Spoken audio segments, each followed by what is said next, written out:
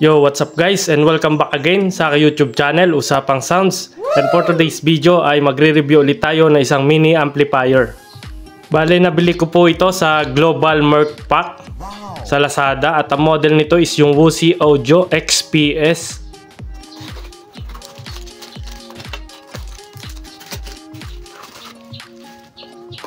Ito nga pala yung kasama ng ating package. So meron po silang Phillips screwdriver, volume knob, nut at saka yung washer. Tapos ito yung mga spacer nya. Tapos meron po siyang 9 na pirasong black screw na maliit. Tapos yung upper and lower plate or yung cover ng ating amplifier. At ito na yung ating main board. So malaki po yung heatsink nya.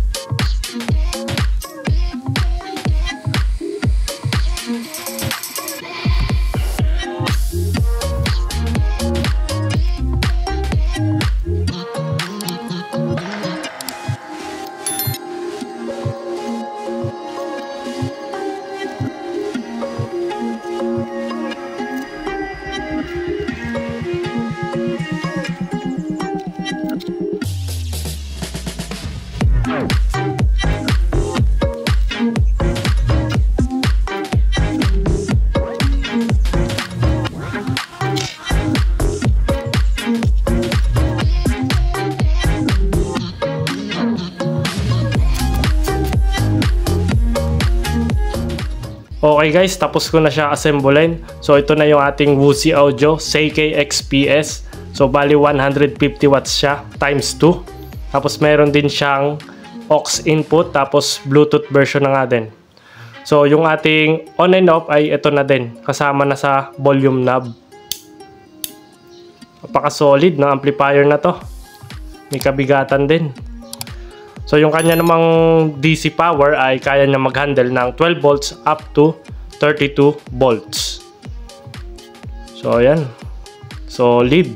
Tapos yung speaker na naman na kaya i-handle ay 4 up to 8 ohms na 30 up to 200 watts.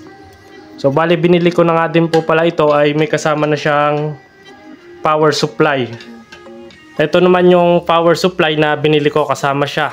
So bali 32 volt 5 ampere na siya. At para sa price ng dalawang to, so itong si Woozy Audio XPS ay nakuha ko ng 405 pesos. Tapos ito namang power supply ay nasa 309 pesos. Medyo mura na po yan compare sa ibang shop, kasi si Global Merc Pack ay direct po yan sa warehouse sa China. So kung gusto niyo po bumili ng ganito ay ilalagay ko na lang po sa description box yung link. Ayun guys, bali na i-connect ko na yung ating amplifier sa aking dalawang 6x9 na speaker. So ito ay may power na 100 watts. Tapos connected na din siya via Bluetooth. So mag-sound check tayo.